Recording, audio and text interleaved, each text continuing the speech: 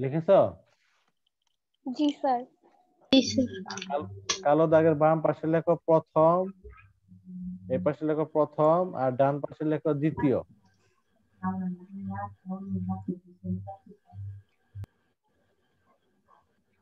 বুঝতে পারছো?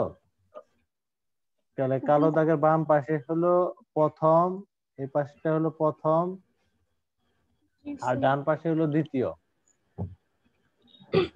লিখছো? আচ্ছা, এরপরে হ্যাঁ, দেখো, আমরা কিন্তু একটা বৈশিষ্ট্য জানি যে আলো সবসময় কোন পথে চলে? পথে সরল রেখায়। সরল রেখায় চলে। কিন্তু সে যখন মাধ্যম চেঞ্জ করবে তখন সে বাঁকা পথে চলে। কোন পথে চলে? হ্যাঁ, বাঁকা পথে। বাঁকা পথে। বাঁকা পথে চলে বলতে হলো একটু বেঁকে গিয়ে দ্বিতীয় মাধ্যমে প্রবেশ করে। বুঝছো? মাধ্যম চেঞ্জ করলে তার গতিপথটা একটু বেঁকে দ্বিতীয় মাধ্যমে প্রবেশ করে, দ্বিতীয় মাধ্যমে গিয়ে আবার সে সোজায় যায়। হ্যাঁ। বুঝতে পারছো? তার মানে দেখো, জি স্যার। আমরা এটা জানি যে আলো সবসময় সরল রেখায় চলে, কিন্তু যখন সে এক মাধ্যম চেঞ্জ করে আরেক মাধ্যমে যায় তখন তার মধ্যে একটা পরিবর্তন আসে। বুঝতে পারছো? এখন সেই পরিবর্তন গুলো কি সেগুলো আমরা দেখবো। যেমন মনে করো, আরো যদি আমরা সহজ কথায় বলি যে দৈনন্দিন জীবনে দিয়ে, যে একজন মানুষ যখন তার নিজের দেশে থাকে তখন সে সহজ সরল পথে থাকে। যখন সে অন্য দেশে যায়, অন্য দেশে গিয়েও সে সহজ সরল পথে থাকে, কিন্তু যাওয়ার সময় তার গতিপথটা একটু কি করে যায়? পরিবর্তন করে। পরিবর্তন করে যায় সেটাই। এই যে এখানে দেখো, আমরা লাল দাগ দিয়ে এটাকে বোঝাচ্ছি, এখানে 100% দাও। এই লাল দাগ দিয়ে বোঝাচ্ছি আমরা আলোক রশ্মি, 100% আলোক রশ্মি আপতিত হলো। কত পার্সেন্ট? 100%। 100%। হ্যাঁ, চলতে চলতে এসে সে একটা বিভেদ তলে কি পাইছে? বাধা পাইছে। বাধা। হ্যাঁ, যখন বাধা পাইছে তখন এখানে তিনটা ঘটনা ঘটছে একসাথে। দেখো, বাধা কিছু পাইছে। পরিমাণ আলো, এই যে হ্যাঁ, এই যে সবুজ কালি যেটা, এই কিছু পরিমাণ আলো এদিকে ফিরে আসছে। এইখানে দাও তোমার 90% মনে করো, 90% ফিরে গেছে। হ্যাঁ, বা 80% দাও, 80% আলো মনে করো কি হলো, বাধা পেয়ে প্রতিফলিত। ফিরে গেল। 1 মিনিট, কে? জি স্যার। হ্যালো, আসসালামু আলাইকুম। হ্যাঁ, যে ক্লাস, যে ক্লাসে বই, যে ক্লাসে পড়ে মেয়ে, তাকে এসএমএস এ জানানো হবে। যেদিন বই দিবে তার আগের দিন জানানো হবে।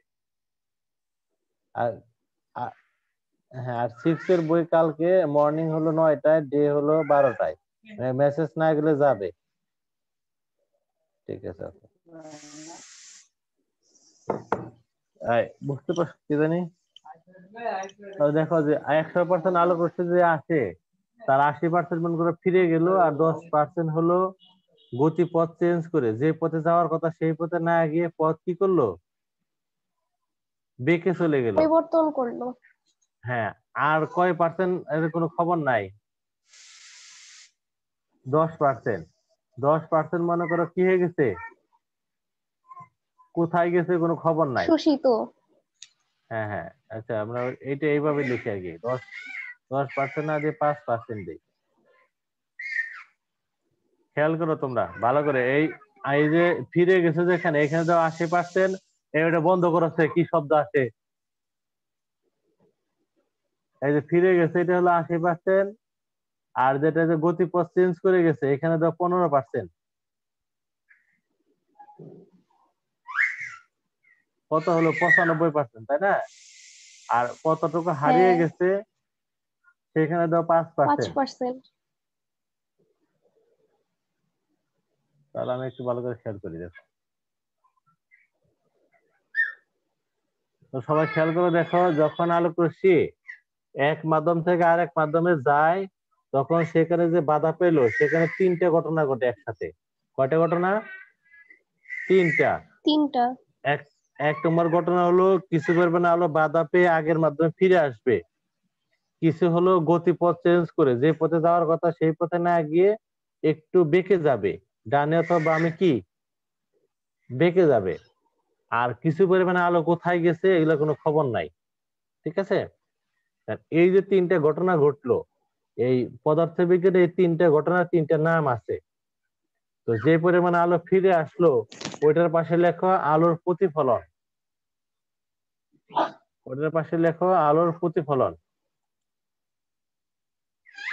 আর যে পরিমাণে আলো গতিপথ চেঞ্জ করে চলে গেছে যেই পাশে, ওইটার পাশে লেখা আলোর প্রতিসরণ। আর যে পরিমাণ আলো কোথায় চলে গেছে আমরা কোনো খুঁজে পাচ্ছি না, সেইটার দেখো আলোর শোষণ।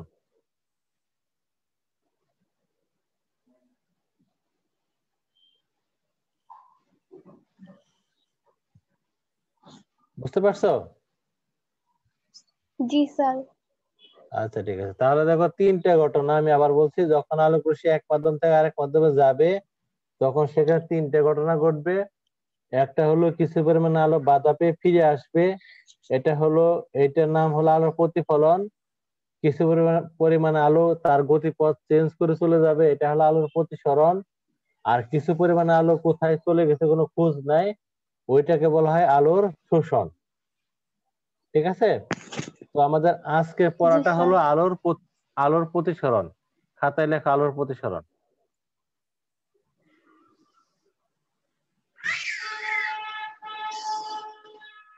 লিখছো? জি স্যার। আচ্ছা, লিখে এটাকে আমরা আগে সহজ সংজ্ঞাটা লিখবো। লেখো, আলো চলার পথে, আলো চলার পথে দিক পরিবর্তন করে,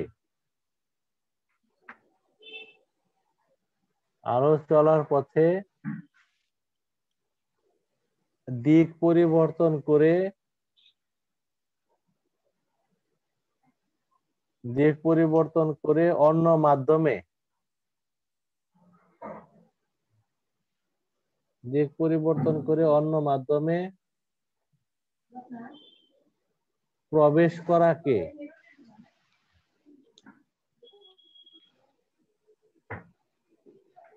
দিক পরিবর্তন করে অন্য মাধ্যমে প্রবেশ করাকে আলোর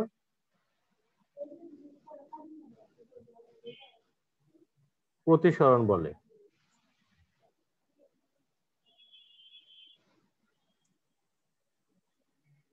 লিখেছো? জি স্যার। আর প্রিয়ন্তী পড়ো, কি লিখছো? আলো চলার পথে দিক পরিবর্তন করে অন্য মাধ্যমে প্রবেশ করাকে আলোর প্রতিসরণ বলে। হ্যাঁ হ্যাঁ, এইটাই খুব ভালো করে খেয়াল রাখবা যে আলো যে দিক পরিবর্তন করলো অন্য মাধ্যমে যাওয়ার সময়, এই দিক পরিবর্তনের ঘটনাটাই হলো আলোর প্রতিসরণ। ঠিক আছে, আচ্ছা এই যে জি। এখানে খেয়াল করে দেখো, এই যে এখানে একটা ছবি দেখা যাচ্ছে, এ ও, এ ও হলো আলোক রশ্মি। এটা যাওয়ার কথাই যে বি বি পথ বরাবর, বি পথ বরাবর যাওয়ার কথা না? আমি কার্সর ধরছি যে হ্যাঁ। বি পথ বরাবর না গিয়ে সে দেখো যে সি পথ বরাবর চলে আসছে। এই যে তার বি জি পথ স্যার। বরাবর যাওয়ার কথা ছিল, বি পথে না গিয়ে সি পথে আসছে, এইটার নামই হলো আলোর প্রতিসরণ। ঠিক আছে, আচ্ছা জি স্যার। এবার তোমরা এই যে সংজ্ঞাটা লেখো। দেখো তো দেখা যায় কিনা দেখতেছো। আলোক রশ্মি, হ্যাঁ শিওর ক, আর দেখতে আছে তো, টেনশন করলাম তো, জানাবো নি।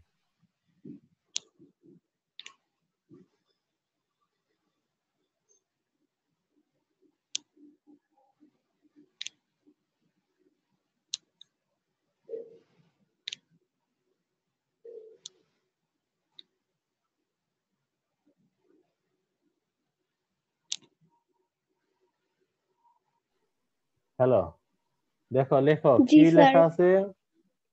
লেখো, এটা হলো পরীক্ষার খাতায় এই সংজ্ঞাটা লিখবা, এটা হলো নিজে বোঝার জন্য। দেখো, আলোক রশ্মি এক স্বচ্ছ মাধ্যম থেকে অন্য স্বচ্ছ মাধ্যমে যাওয়ার সময় মাধ্যমদ্বয়ের বিভেদ তলে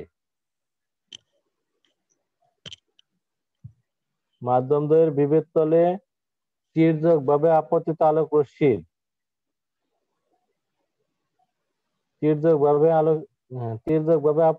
রশ্মির দিক পরিবর্তন করে, এটা লেখো। তির্যকভাবে আপতিত আলোক রশ্মির দিক পরিবর্তন করে দ্বিতীয় মাধ্যমে প্রবেশ করে। স্যার কোথায় লিখবো দিক পরিবর্তন করে? ওই যে পরিবর্তনের পরে পরিবর্তন পর্যন্ত ঠিক আছে, তারপরে লেখো করে। আচ্ছা। আলোক রশ্মির দিক পরিবর্তন করে লিখছো? জি স্যার। দিক পরিবর্তন করে দ্বিতীয় মাধ্যমে প্রবেশ করে। লেখা আলোক রশ্মির এই দিক পরিবর্তন করার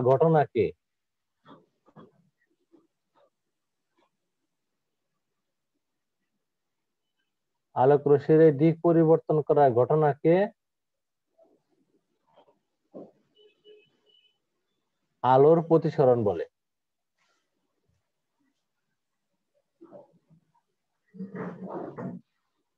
আলোক রশ্মির এই দিক পরিবর্তন করার ঘটনাকে আলোর প্রতিসরণ বলে। ঠিক আছে। আচ্ছা, একটু পর আয়সা পড়ো, কি লিখছো দেখি। স্যার এখনো লেখা হয়নি। হ্যাঁ লেখো, আস্তে আস্তে লেখো। আচ্ছা আফরোজা বলো দেখি কি লিখছো। আলোক রশ্মি এক স্বচ্ছ মাধ্যম থেকে অন্য স্বচ্ছ মাধ্যমে যাওয়ার সময় মাধ্যমদ্বয়ের বিভেদ তলে তির্যকভাবে আপতিত আলোক রশ্মির দিক পরিবর্তন করে দ্বিতীয় মাধ্যমে প্রবেশ করে। আলোক রশ্মির এই দিক পরিবর্তন করার ঘটনাকে আলোর প্রতিসরণ বলে। প্রতিসরণ বলে। সবাই লিখতে পারছো? জি স্যার। হ্যাঁ, পাশে এই যে ছবিটা অঙ্কন করে দাও। এই যে ফোঁটা ফোঁটা ফোঁটা দিচ্ছে মানে হলো পানি, আর উপরে হলো বায়ু। হ্যাঁ, আর এই যে এন ও এন প্রাইম, এটা হলো বিভেদ তল, এটা হলো অবিলম্ব। আর এল আর এম এন, এটা হলো বিভেদ তল, এল এম এল এম। এই ছবিটা তোমরা অঙ্কন করো।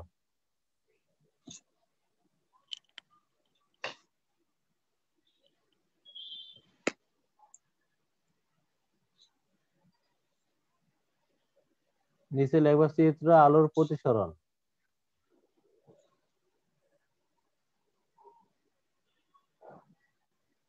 এই যেটা, হ্যাঁ,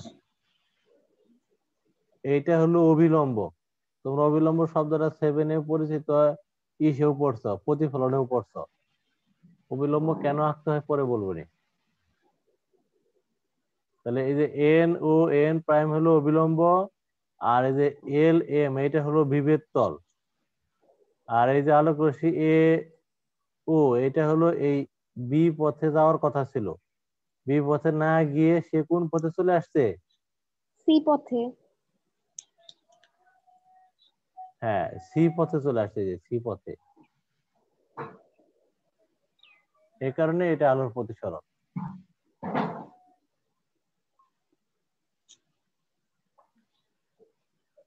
তাহলে সংজ্ঞা হলো, পরীক্ষায় লেখার জন্য সংজ্ঞা হলো এইটা, আর চিত্র হলো এইটা।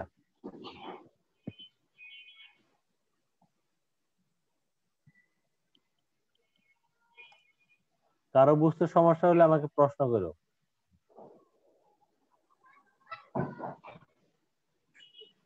ছবি আঁকা শেষ? জি স্যার।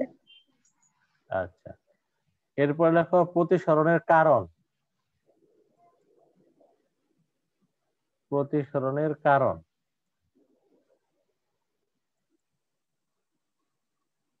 লেখো। আলোর বেগে লেখো মাধ্যম ভেদে আলোর বেগের বিভিন্নতার জন্য। মাধ্যম ভেদে আলোর বেগের বিভিন্নতার জন্য, অথবা বিভিন্ন মাধ্যমে আলোর বেগ বিভিন্ন, তাই যে কোনো একটা কথা লেখো।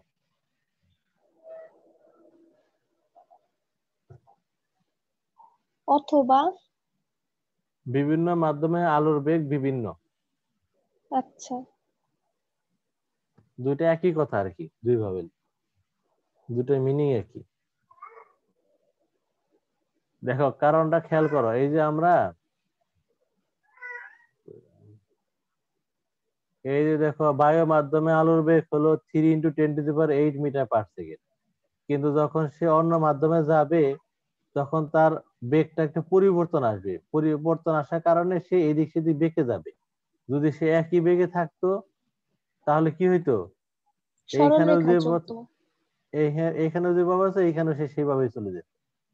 ঠিক আছে, হ্যাঁ, জি তাহলে স্যার। দেখো আমরা প্রতিসরণ কি সেটা পড়লাম, প্রতিসরণটা ছবিতে দেখলাম, আবার প্রতিসরণের কারণ কি সেটাও পড়লাম, তাই না? আচ্ছা, জি এবার তোমরা এই দেখো যে প্রতিসরণ সংশ্লিষ্ট বিভিন্ন রাশি, মানে কোনটাকে আমরা কি বলবো, এই ছবিটা যারা অঙ্কন করছো আর নতুন করে অঙ্কন করতে হবে না, নিচে লিখলে হবে।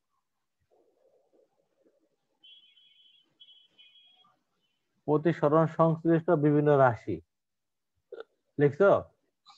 হ্যাঁ, জি স্যার। লিখে এই যে এ আর এন এর মাঝখানে যে একটা আছে কোণ, সরি এটা পরে লেখো, এটা লেখো যে এন, এই লেখো এল ও এম, এটা হলো বিভেদ তল, লেখা এটা লেখো এল ও এম বা এল এম, এটা হলো কি বিভেদ তল। বিভেদ তল। কেন, হ্যাঁ নাম লেখো, কেন এটাকে বিভেদ তল বলি, মানে সে বিভক্ত করছে, এই এই তলটা দুইটা মাধ্যমকে বিভক্ত করছে। এই দেখো এই যে এল এম তল, উপরে হলো বায়ু আর নিচে হলো কি পানি। পানি।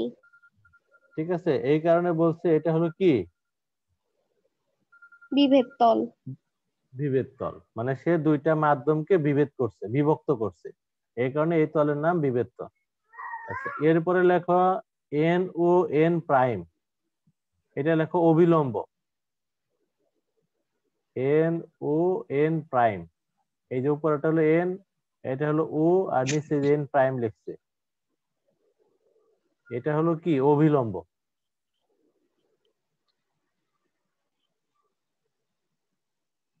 লিখছো? জি স্যার। তাহলে আমরা আপতন কোণ, সরি আমরা বিভেদ তল শিখলাম, অবিলম্ব শিখলাম।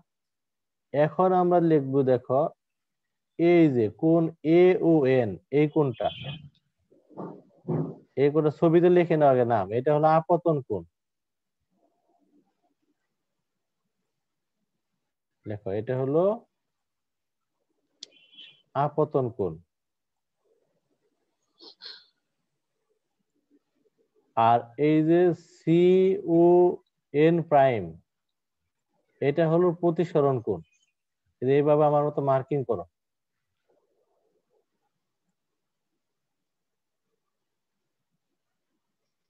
দেখা যাচ্ছে কি? জি সৃজনী কি স্যার। ক্লাসে আছো? জি স্যার আছি। আচ্ছা, তো সি ও এন প্রাইম এটা হলো তোমার প্রতিসরণ কোণ। তাহলে আপতন কোণ চিনলাম, প্রতিসরণ কোণ চিনলাম, ঠিক আছে? আচ্ছা, জি স্যার। এবার আপতন কোণের সংজ্ঞাটা একটু লিখে নাও, লেখো আপতন কোণ লিখে নাও।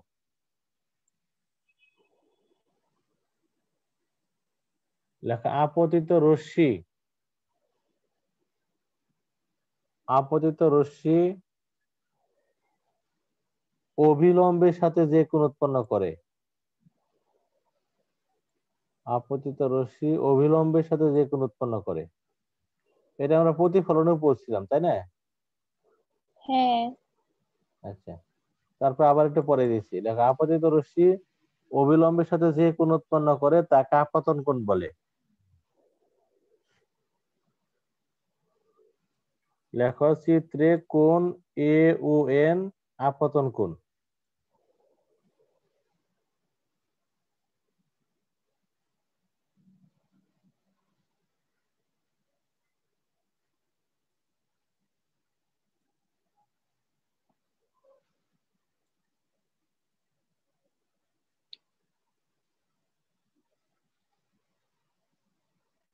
চিত্রে কোণ এ ও এন আপতন কোণ। আপতন কোণ লিখেছো? জি স্যার। আচ্ছা, এরপরে লেখো প্রতিসরণকুরের সংজ্ঞাটা লেখো। প্রতিসরিত রশ্মি বিভেদ তলের সাথে যে কোণ উৎপন্ন করে। প্রতিসরিত রশ্মি, অবিলম্ব হবে না। হ্যাঁ অবিলম্বের সাথে, হ্যাঁ সরি, প্রতিসরিত রশ্মি অবিলম্বের সাথে, সরি, প্রতিসরিত রশ্মি অবিলম্বের সাথে যে কোণ উৎপন্ন করে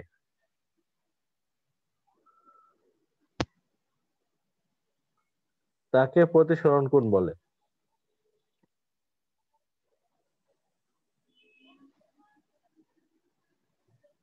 চিত্রে কোণ এন ও সি প্রতিসরণ কোণ।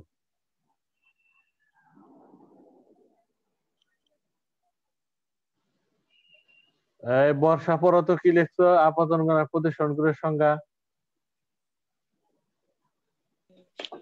মাহিরের এই আপতন ক্লাসে কোণ আছে। আপতিত রশ্মি অবিলম্বের সাথে যে কোণ উৎপন্ন করে তাকে আপতন কোণ বলে।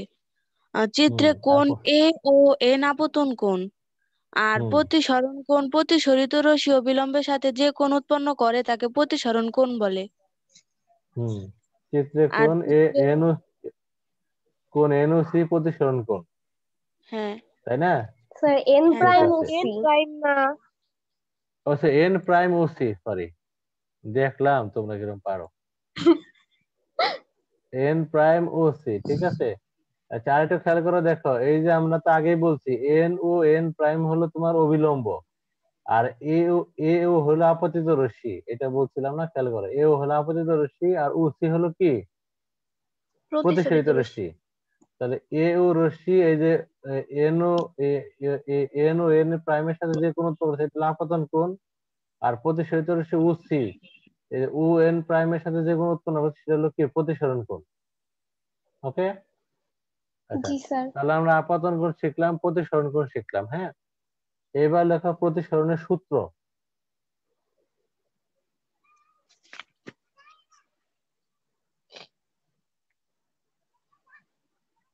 প্রতিসরণের সূত্র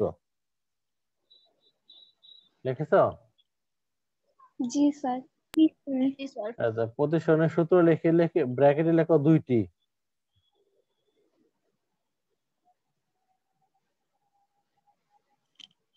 দুইটি লিখছো? হ্যাঁ। আচ্ছা, এইবার খেয়াল করো, দেখো এই যে এল এম এটা তো হলো বিভেদ তল এইখানে, আর এই যে এন ও এন প্রাইম এটা হলো অবিলম্ব। তাহলে যে ও বিন্দুটা এটার নাম কি? এখানে তো আলোর রশ্মি আপতিত হয়েছে, তাই না? ও বিন্দুতে, স্যার আপতন বিন্দু না। হ্যাঁ আপতন বিন্দু। আলোক রশ্মি যে বিন্দুতে আপতিত হয় সেটার নাম কি? আপতন বিন্দু। আপতন বিন্দু। খেয়াল করে দেখো, এই আপতন বিন্দুতে কয়টা রেখার কানেকশন আছে এই জায়গাটাতে? অবিলম্ব তারা তারা একটু মোটা করে নেই কালার, কলমটা।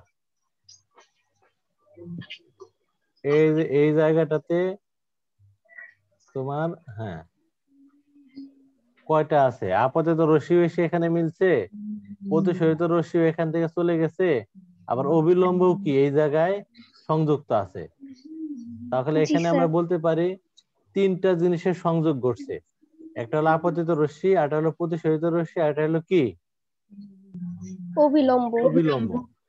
এই তিনটা রশ্মি যে একই জায়গায় আছে এইটা বর্ণনা করার নামই হলো তোমার প্রথম সূত্র।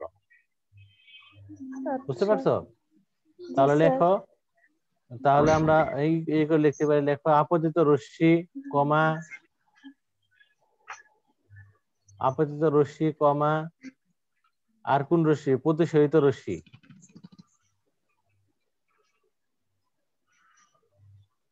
আপতিত রশ্মি কমা প্রতিসরিত রশ্মি লিখছো?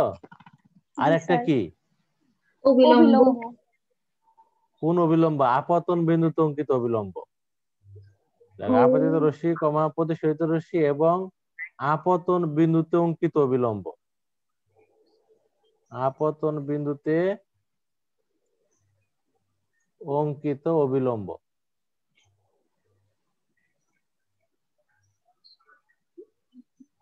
আপতন বিন্দুতে অঙ্কিত অবিলম্ব বিভেদ তলের একই সমতলে থাকে।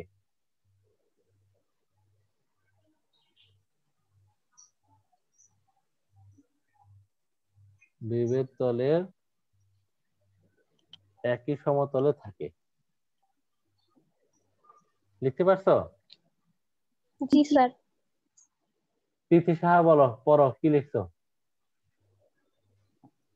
আপতিত রশ্মি প্রতিসরিত রশ্মি আপতন বিন্দুতে অঙ্কিত অভিলম্ব বিভেদ তলের একই সমতলে থাকে। থাকে।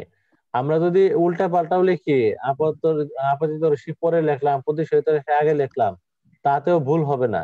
কিন্তু তোমার মাথায় থাকবে যে আমি যেন তিনটা রশ্মির কথাই বলি। ঠিক আছে? আমরা যে এইভাবে যদি বলি যে আপতন বিন্দুতে অঙ্কিত অবিলম্ব প্রতিসরিত রশ্মি এবং আপতিত রশ্মি বিভেদ তলের একই সমতলে থাকে, তাও কিন্তু হবে। ঠিক আছে? জি স্যার। আচ্ছা আচ্ছা, এইটুকু বুঝতে কারো সমস্যা হলে বলতে পারো। আচ্ছা, এরপরে দেখো আমরা দ্বিতীয় সূত্রটা লিখবো। এই সূত্র কিন্তু ব্রেক করা যাবে না। ওই আগেটা ছিল প্রথম সূত্র, এটা হলো দ্বিতীয় সূত্র। দ্বিতীয় সূত্র 2 নম্বরে লিখতে হবে। আচ্ছা দেখো, এই দ্বিতীয় সূত্রটা হলো এরকম, দেখো খেয়াল করো, আমি একটু কলম নিয়ে আসি, দাঁড়াও। এই যে এখানে আপতন কোণ হলো এ ও এন, প্রতিসরণ কোণ হলো এন ও সি। কিন্তু যে আমি আলোক রশ্মি আরো বাকি দিতাম, যে এত বড় করে ফেলতাম, কলম একটু চিকন করতে হবে। আপতন কোণ যদি এই যে এটা করতাম, একটু বড় করি, কই ধরে না কেন, আপতন কোণ যদি একটু বড় করি, তাহলে প্রতিসরণ কোণ একটু বড় ছোট হবে। বুঝছো? আচ্ছা কলমে, হ্যাঁ, আমরা আপতন কোণ যদি ছোট করি, প্রতিসরণ কোণ একটু ছোট হবে। তাহলে দেখো যে আমি আপতন কোণ কমাইলে বাড়ালেও প্রতিসরণ কোণ কি কমে বাড়ে, তাই হয় না? কিন্তু কিন্তু যতই কমুক আর বাড়ুক, আমি যদি তাদেরকে তাদের সাইন অনুপাত দিয়ে ভাগ করি, ফলাফল সবসময় একই পাবো, সমান হবে। হ্যাঁ, যেমন ধর আমি একটু উদাহরণ দিয়ে বুঝিয়ে দিই নাই, তারপরে করি। হ্যাঁ, যেমন মনে করো, এখানে আমরা আপতন কোণ নিলাম মনে করো 40 ডিগ্রি, মনে করো, বোঝানোর জন্য এটা, কিন্তু অন্য মান আসবে। হ্যাঁ, আর তার প্রতিসরণ কোণ পেলাম মনে করো 20, তাহলে ভাগ করে ফলাফল কত হলো? 2। আবার যদি মনে করো আমরা আপতন কোণ নিলাম হলো 80, প্রতিসরণ কোণ নিলাম হলো 40, তাহলে ভাগ করে ফলাফল কত পেলাম? 2। এটা মনে করে লিখলাম 100, আর এটা লিখলাম মনে করো, তাহলে প্রতিসরণ হলো 50, তাও ফলাফল কত? 2। এখানে একটা বিশেষ আছে, যেখানে ত্রিকোণমিতিক যে অনুপাত আছে, তো তোমরা জানো কয়টা অনুপাত জানি আছে? 6টা। 6টা, হ্যাঁ, এরকম দিতে হবে। সাইন দিয়ে দিই, দেখো দাঁড়াও, তাহলে কি সেটা ক্লিয়ার হয়ে গেল।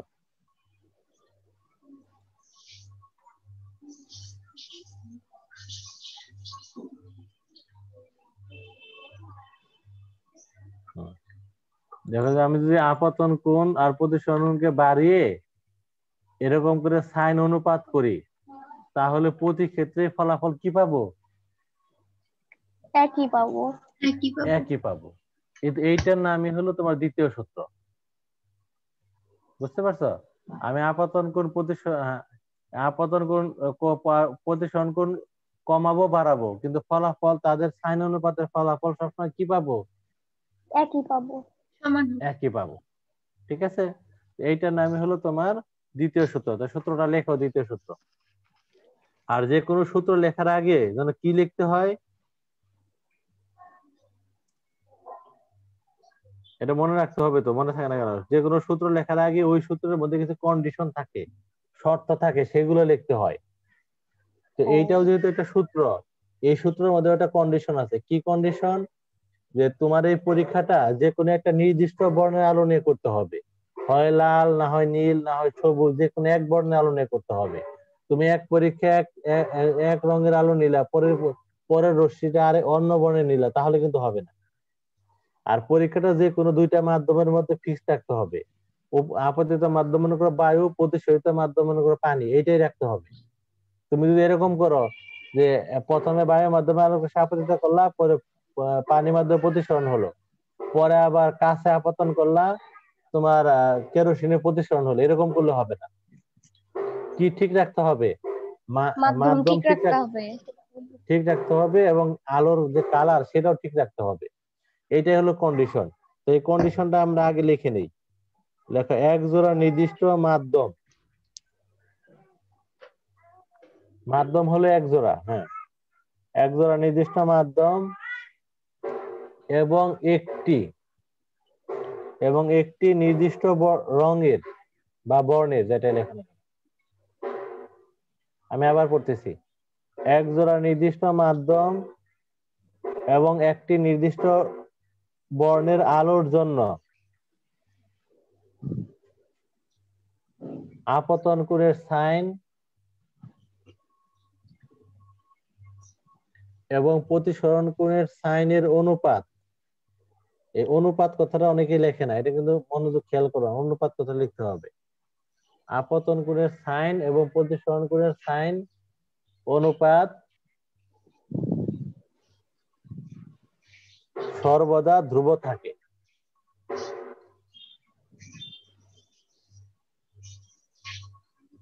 দেখছো? জি স্যার। জি স্যার। দেখো, একে আবিষ্কারকের নাম অনুসারে স্নেলের সূত্র বলে। স্নেল দন্তে ছয় নয় একার লয় একার লে, হ্যাঁ বৈষ্ণব, একে আবিষ্কারকের নাম অনুসারে স্নেলের সূত্র বলে। সৃজনী একটু পড়ো, কি লিখছো? সূত্র শুরু থেকে না, এক জোড়া নির্দিষ্ট মাধ্যম এবং একটি নির্দিষ্ট বর্ণের জন্য তির্যকভাবে আপতিত আলোক রশ্মির আপতন কোণের সাইন এবং প্রতিসরণ কোণের সাইন অনুপাত সর্বদা ধ্রুবক। একে আবিষ্কারকের নামানুসারে স্নেলের সূত্র বলা হয়। নির্দিষ্ট বর্ণের আলোর জন্য, নির্দিষ্ট বর্ণের জন্য, নির্দিষ্ট বর্ণের আলোর জন্য বলতে হবে। হ্যাঁ, তো দেখো এই সূত্রটা আমি আরেকটু বুঝিয়ে দিচ্ছি। এক জোড়া নির্দিষ্ট মাধ্যম বলতে কি বোঝাচ্ছে? এই যে দেখো, এই যে পরীক্ষাটা আমরা করতেছি, উপরে রাখছি কি বায়ু, আর নিচে রাখছি কি পানি। পানি। তো আমরা যখন দ্বিতীয় পরীক্ষাটা করব, যতক্ষণ পর্যন্ত এই পরীক্ষাটা চলতে থাকবে, সবসময় উপরে বায়ু এবং নিচে কি রাখতে হবে? পানি রাখতে হবে। তুমি যদি একটু পরে চেঞ্জ করো তাহলে কিন্তু হবে না। যতক্ষণ পর্যন্ত এই দ্বিতীয় পরীক্ষাটা চলবে ততক্ষণ পর্যন্ত এই উপরে বায়ু এবং নিচে কি পানি রাখতে হবে। ঠিক আছে? আচ্ছা, এইটা হলো এক নম্বর কন্ডিশন। দুই নম্বর কন্ডিশনটা হলো, এই যে তুমি যে আলোক রশ্মিটা আপতিত করছো, এটা যে বর্ণের আলোক রশ্মি শুরুতে নিছো, পরীক্ষা শেষ না হওয়া পর্যন্ত ওই রঙেরই থাকতে হবে। লাল নীলে লাল, নীল নীলে নীল, যে কোনো বর্ণ, একটা নির্দিষ্ট বর্ণ থাকতে হবে। যদি বর্ণ চেঞ্জ করে দাও তাহলে কিন্তু হবে না। বুঝতে পারছো? ঠিক আছে? জি স্যার। তাহলে আমরা এই মাধ্যম আর বর্ণ যদি ঠিক রাখি, তাহলে আপতন কোণ আর প্রতিসরণ কোণের সাইনের অনুপাত সবসময় আমরা একটা নির্দিষ্ট মান পাবো। আর এটা আবিষ্কার করছে বিজ্ঞানী স্নেল, এই কারণে এটাকে আবিষ্কারকের নাম অনুসারে স্নেলের সূত্র বলা হয়। ঠিক আছে? তাহলে দেখো, তোমরা আমি যা পড়াইলাম এটুকু ভালো করে পড়বা। আর তোমাদের আমি যে শীট দিছি, দেখো শীটের প্রথম পৃষ্ঠাটা ভালো করে পড়বা। শীটের উপর পৃষ্ঠা নম্বর একটা আছে না? আমার শীটের প্রথম যে পৃষ্ঠাটা আছে এটুকুই ভালো করে পড়বা। ঠিক আছে? আচ্ছা, আর তোমাদের মেন বইয়ের যেটুকু পড়বা, দেখো মেন বই থেকে কিছু কভার করছে কিনা। মেন বই তো খালি শিরোনাম দিয়ে গেছে, পড়ানো কঠিন। মেন বইটা দেখো, মেন বইয়ের হলো তোমার একটু পড়ে রাখতে পারো, কিন্তু মেন বই অতটা ভালো কথা নাও বুঝতে পারো। লেখো 244 আর 245 পৃষ্ঠা।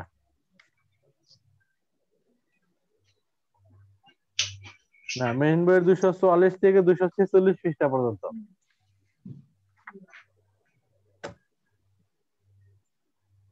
লিখছো?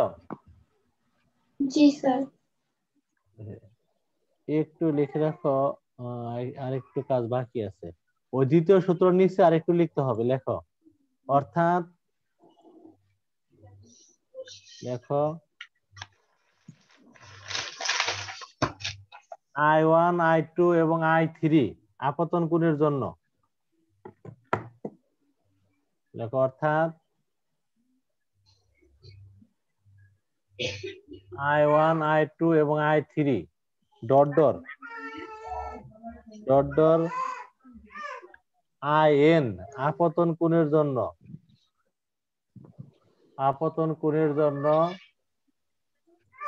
প্রতিসরণ কোণ যথাক্রমে কি হয়েছে? প্রতিসরণ কোণ যথাক্রমে R1 R2 R3 dot dot dot RN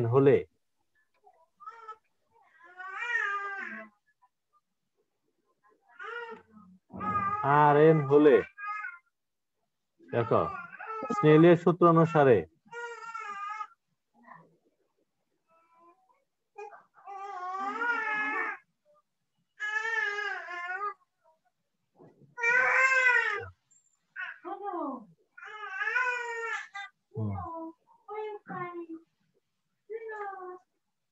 sin I1 IN দিবে তোমরা, হ্যাঁ? আমরা তো n আলাদা করে দিতে পারতেছি না। sin IN n নিচে ছোট করে লিখবা, বুঝছো? জি স্যার। বাই sin RN,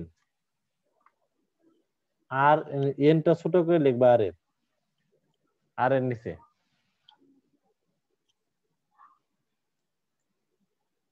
এইটাই হলো তোমার দ্বিতীয় সূত্র, ঠিক আছে? জি স্যার। তাহলে আমরা প্রতিসরণ কি সেটা বললাম, প্রতিসরণের বিভিন্ন রাশি, সংশ্লেষের বিভিন্ন রাশি সেগুলো পড়লাম, এবং প্রতিসরণের দুইটা গুরুত্বপূর্ণ সূত্র আমরা পড়লাম, ঠিক আছে?